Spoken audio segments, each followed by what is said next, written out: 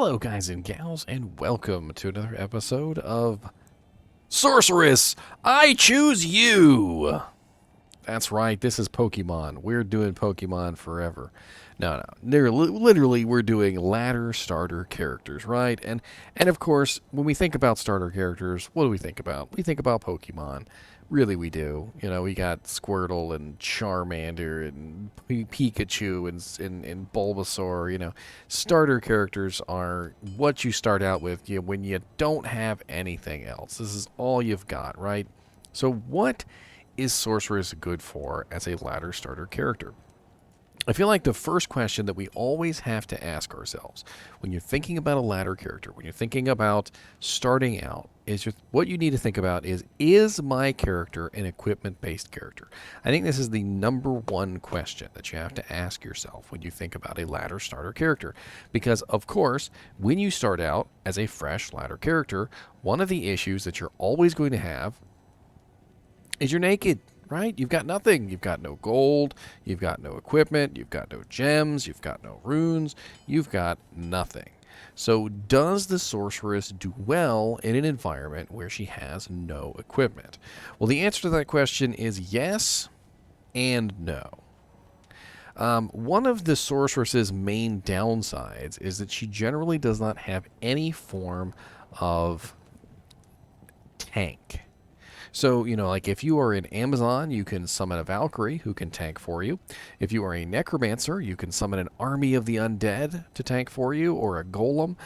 If you are, you know, there are many different characters in the game that have things like Shadow Warriors, and you can do all these various things to try and tank or crowd control monsters so that they don't murder you. Well, the sorceress just doesn't tend to have a lot of that. I mean, she does have some crowd control abilities, but she does not have any summon that she can use to distract a monster while she does her work. She does have some skills like Glacial Spike and Ice Blast, which will freeze a target solid. You know, there are some interesting abilities like Frost Nova, which could be used to apply an AoE chill. But for the most part, the sorceress is relatively lacking in the tank, you know, meat shield. Let's say meat shield category. They generally have to rely on a mercenary, and again, mercenaries are very equipment based. You know, whereas a necromancer can just simply put a couple points into Clay Golem, and he has a relatively effective meat shield. The sorceress would have to equip and gear up a mercenary to the point where the mercenary could perform that role. And this puts the sorceress in a very awkward position of, yes, she is very skill-based and damaged, and can do well with no equipment. But no, she cannot survive without equipment generally, because she has to rely on kiting, and any monster that gets close enough to attack her can have a potential chance of killing her because of things like low faster hit recovery, relatively no defense, low block chance, and all sorts of very, very bad variables which make the sorceress a very weak character overall. And if the sorceress had a meat shield, the sorceress would probably do just fine, because just like the necromancer, the sorceress is capable of building relatively high damage with relatively poor equipment. And this is a big strength of the sorceress. One of the main strengths that we have to talk about with the sorceress is that the sorceress has teleport. So no other character in the game has a native teleport. The assassin, which is the only other character that even comes close, has to attack a monster to teleport, which is not quite the same. And it does require line of sight, which means that the assassin unfortunately can't teleport like through a wall or over the other side to a monster that he can't see. And this means that the teleport will always be a little bit, you know, superior.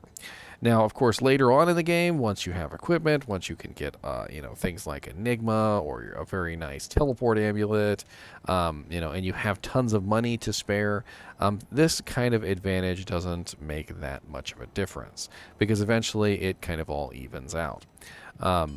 The sorceress also tends to do a little bit worse versus certain monsters than others, especially if you are a a specific element, you usually end up having to dual spec.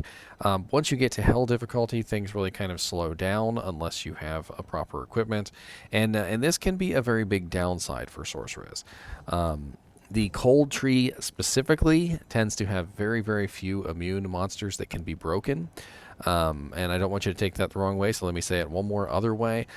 In the cold tree, when you get to hell difficulty, there are a massive number of cold immune monsters, and it is very, very unlikely that you will be able to break the resistance of any of those cold immune monsters. Lightning immune monsters tend to break rather easily, but again, this is an equipment-based thing. To break an immunity of a lightning immune monster, you're going to need something like lore resistance or conviction, and both of those are equipment-based, because the sorceress, of course, does not have conviction or lore resistance as a skill, which means that the only way to obtain these things are A, from another player, for instance, a conviction paladin or a poison necromancer who is running lore resistance, or B, from an item. Which is either charges or a native use. So things like Infinity, a lore resistance wand, Pus Spitter, which also happens to have lore resistance on it, Medusa's Gaze, the new rune word, the Plague rune word has lore resistance on it, things like that. This is the kind of stuff that you can think about as you think about, hey, well, will I be able to break a lightning resistance monster, a lightning immune monster? And the answer to the question is in the beginning of ladder? The answer to that question is no. For the most part, monsters that are immune to fire, lightning, or cold for the beginning of the ladder, for pretty much the entirety of the ladder up until the point where you obtain an item that has lower resistance or conviction on it, the answer is no. You're not going to be able to break probably any immunities. And that is something that you're going to have to think about as you decide whether you want to choose the sorceress as your starter character. Now, there are a lot of different ways that you can go for a sorceress for a starter character. You can build Frozen Orb, you can build Blizzard, you can build Glacial Spike, you can build Lightning, Chain Lightning, you can go with Nova. Static Field is a very powerful early starter ability, and this is one that a lot of people, I think, underestimate. They think, just 1 point in it is all you need, but Static Field can be extremely effective maxed out. If you look at the radius on it, it is a radius of 20 yards. And just to give you guys an example of how far 20 yards really is, let me go into an area with a bunch of monsters and just kind of show you the ridiculousness of a 20-yard static field. Let's see. I mean, I can hit literally just about everything in this zone right here with this static field and static down every single monster. It is absolutely ridiculous. And static field can just be an amazing ability to increase the speed that you clear things, especially if you have a lot of faster cast, because obviously if you have an extremely high amount of faster cast, you can very quickly knock off like 6 or 7 static fields within a couple seconds, and then you can go to work with your main ability. We also have some very interesting abilities like Energy Shield, which can come in extremely handy for building a very tanky sorceress, especially if you go high into the telekinesis, which now we actually have an actual tooltip that tells you how much telekinesis does. Telekinesis, negative 6% mana consumed per level. It's very interesting. So when you put points into telekinesis, you get a nice buff to Energy Shield. We also have a lot of other things in the fire tree that you can go with. Like, for instance, the Hydras have recently gotten buffed up a little bit. Not a huge amount, but basically they got the ability to be cast all at once. I don't know why I said casted. Casted is definitely not a word. So basically now you can cast all of them at once instead of having to wait, and then once you have them all up, you can only have 6 is the maximum. So you have a maximum of 6, and then of course they all go down basically at the same time. But they can be extremely powerful as drop tools. They function very similarly to the way that a trap assassin works now. So you can literally just drop your Hydras very quickly, 1, 2, 3, 4, 5, 6, and then you can continue to attack with whatever your main ability is. And while they may not be buffed in damage, The ability to drop them like that, the ability to just simply quickly drop 6 Hydras in quick succession like that, is definitely a very powerful move. It's something that you can drop the Hydras, you can go over here and start farming this stuff, maybe come back over here and kill this, and it's very interesting. They've also made some other very interesting changes, which could be game changers for the Sorceress, in that Blaze also applies a very huge run-walk bonus now of 2% per level, and when it gets to a very high level, it actually makes you run extremely fast. Let me give you a quick idea here. So I'm only running 30% Silk Weaves at the moment, so I don't believe I have any other faster run walk on. And as you can see, here's my run walk right now. I'm just really kind of hammer it in. Let me make sure you guys can see this. And then I'm going to go ahead and cast Blaze, and I want you to see how fast I run with Blaze.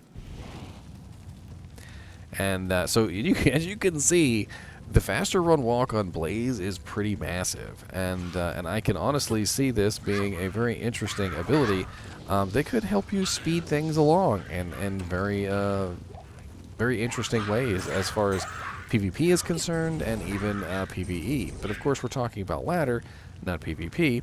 But I mean, just think about just the ability to run along like this and apply a rather nice high damage ability. They also buffed the damage of Blaze, by the way, as well. And it does last for a pretty nice period of time.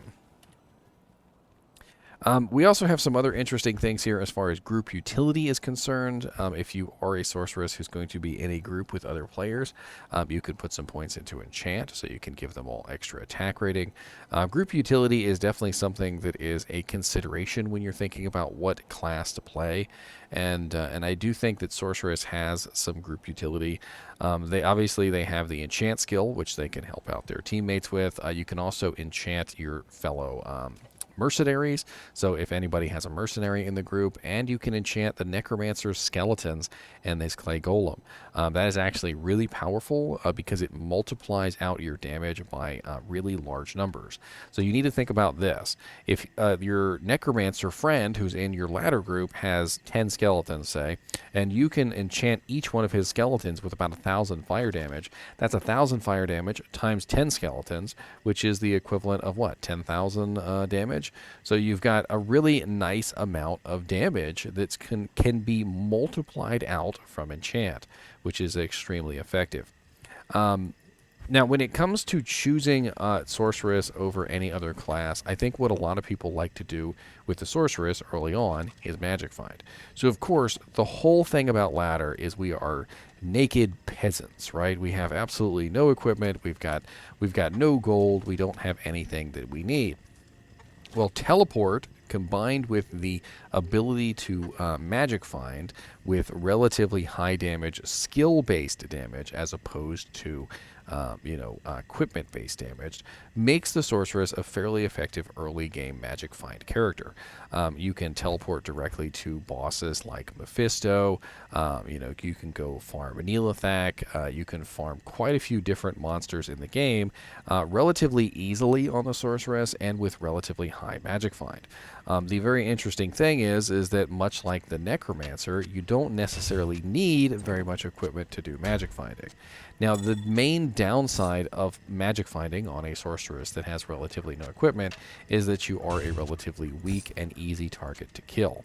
And I don't want to stress this very strongly because I talked about it earlier in the video, and I'd like to talk about it now as well. The sorceress tends to be easy to kill early on. Sorceresses have the worst faster hit recovery in the entire game, and that faster hit recovery will get you into terrible, terrible situations where the monsters will lock you into what's called a faster hit recovery stun lock, and there is no way out of those. So you have to focus early on getting yourself enough faster hit recovery to help yourself survive things like this. Things like Bloodfist Gauntlets, which have 30% faster hit recovery on them, Blade Buckle Belt has 30% faster hit recovery. Things like that will have a huge benefit to your survivability, because when you get into those situations where you get stuck, you can more easily get out of them, because the faster hit recovery equipment will increase your breakpoints for the faster hit recovery, and make it so that you have a much quicker frame rate as far as recovering from those hits. Another way to help yourself with faster hit recovery is to increase your HP. The more HP you have, the less faster hit recovery stuns you will have occur. Now, strategies on the Sorceress usually employ static field to help reduce down the HP of monsters. You definitely want to get at least 1 point into teleport. You're also probably looking at least 1 point in warmth, if not a couple points in warmth, so that you have a pretty decent amount of regeneration. But do keep in mind that sorceresses get more regeneration from maximum mana than they actually do from warmth itself. So don't think that you can just stack 20 points in warmth and forget about it. That's not how it works. You actually need to have a pretty significant amount of mana pool. Usually I recommend getting that mana pool from items, not specifically from energy, because energy is kind of a waste. But early ladder, if you still have 2 resets left, trust me when I say that a couple points in energy can make a huge difference in how much mana you regenerate on a regular basis. And you can always reset that later when you get to a much higher level and fix the issue. But early game, even just like 10 or 20 points in energy can have a huge effect in your regeneration rate, especially when combined with things like warmth. And all in all, what you really probably want to do with a sorceress is you want to focus on getting 2 separate elements, whether it's frozen orb and lightning, or whether it's fireball and frozen orb, or whether it's lightning and fireball, or whether you're building hydras, or maybe you want to do a firewall sorceress with frozen orb. There are a lot of different ways that you can go, but I would definitely recommend that you build more than one element. Now, there are certain builds that I would probably tell you to avoid until you can get good equipment. Like, for instance, a Nova Sorceress tends to really need 200% faster cast to really shine. And I would probably not go Nova Sorceress, like, right off the bat. Get yourself some equipment first, get yourself some faster cast gear, get yourself some plus to mana equipment, because Nova is a relatively high mana cost skill with 40 mana per cast. Just to give you an idea here, let me go outside of town and I will spam some Novas just to give you an idea of how quickly it can eat your mana up. And this isn't even with max faster cast.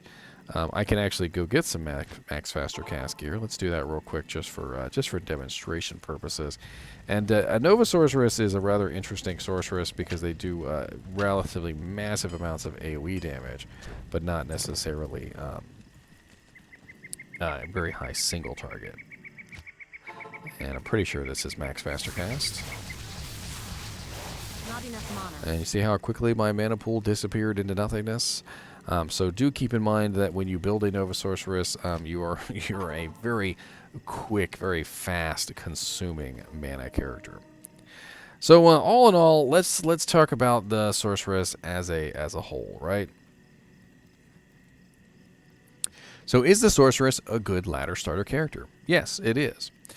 Is it equipment based? Yes and no. So it is very much so one of those characters that is not equipment based, but doesn't have any meat shield to tank for it.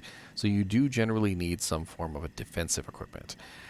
They do very well in a group, and they also do very well by themselves. I do find that sorceresses tend to do better in groups, just simply because, as I've said before, they have no meat shield. So if the sorceress has, for instance, a paladin, a necromancer, or any other kind of character who can supply a meat shield, even if it's just a Valkyrie from an Amazon, I do notice that the sorceresses tend to do a lot better in combination with another character who has a meat shield that provides that defensive cover for the sorceress, so the sorceress can spam their abilities and not have to worry about kiting so much. Now, of course, you can go through the process of kiting and killing on a sorceress, and it is very involved and very very active. But I have also noticed that tend to excel much better when they are in a more relaxed and what's the term? Creative situation where they can simply use the abilities that they need to at the time they need to use them.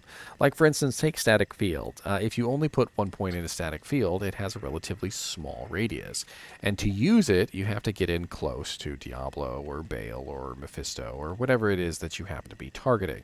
And a lot of the times you put yourself in extreme danger to cast a static field, and having another character who can distract the Diablo or Baal or whatever is very, very useful to allow you to be able to utilize a skill which you might not otherwise be able to utilize. So, if you're choosing the Sorceress as your starter character, just be aware of the downsides of the Sorceress. You're going to have to farm equipment because eventually you are going to get to the point where you get into Hell difficulty, where the immunes are going to start to really start to pop up. In Hell difficulty, you have massive numbers of fire, lightning, and cold immunes, as well as poison, but they don't mean anything to a Sorceress. But in general, you kind of have to pick your farming spots. Like, for instance, as a cold Sorceress, you probably don't want to farm in the pit. As a fire Sorceress, you probably don't want to farm in Chaos Sanctuary because there's just so many fire immunes in Chaos Sanctuary. As a cold sorceress, you may want to go to ancient tunnels instead. And of course, we also have the all the new level 85 zones which are coming up. And if you're interested, I do have a whole video on all the new level 85 zones which are going to be in the game, and they are also very nice farming spots. But the Sorceress does excel at farming things like Mephisto. Very, very good at farming Mephisto, if that is your goal. They are very good at farming, individual monsters that are not necessarily close to waypoints. Like, a lot of characters who magic find may be limited to farming monsters who are right next to the waypoint. Like, for instance, you might farm Shank and Eldritch. But Thresh Socket is also a really good one to farm, and it's not really one that you want to farm unless you have teleport.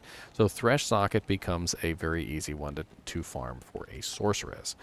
Doc Farron is also one that is basically in the middle of the siege zone and not so easy to farm for a melee character who doesn't have teleport.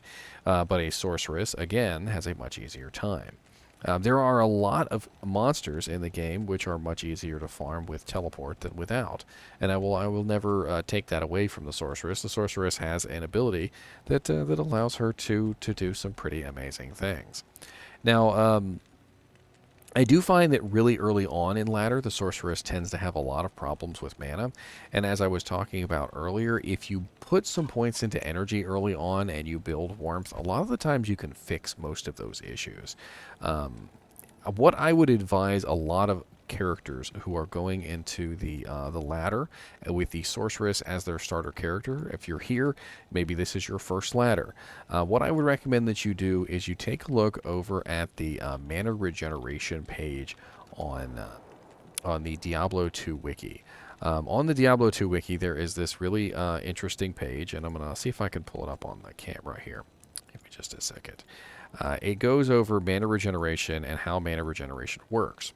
And basically, this is a chart, and on this chart, it goes over how much mana regeneration you have, and how much mana you have, and how much mana per second it gives you.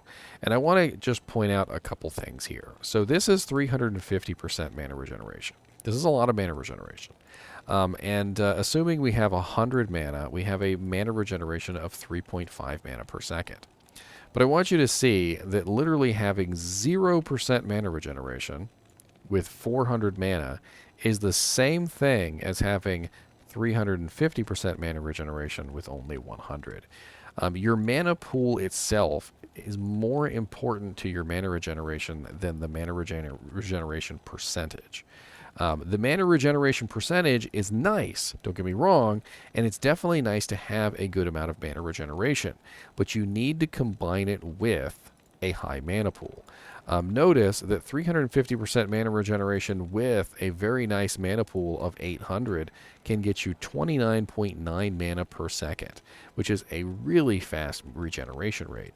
And of course, you don't want to go all out and grab like 1600 mana, but you also don't want to end up with a mana regeneration rate which is really crappy, like 6.6 or something like that.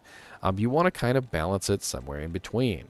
If you can end up with something like, like 800 mana with a regeneration rate of 300%, you've got a really nice 26.6%. And you can figure out where you need to be in this calculation, but just remember that the more mana you have, the more effective your mana regeneration is.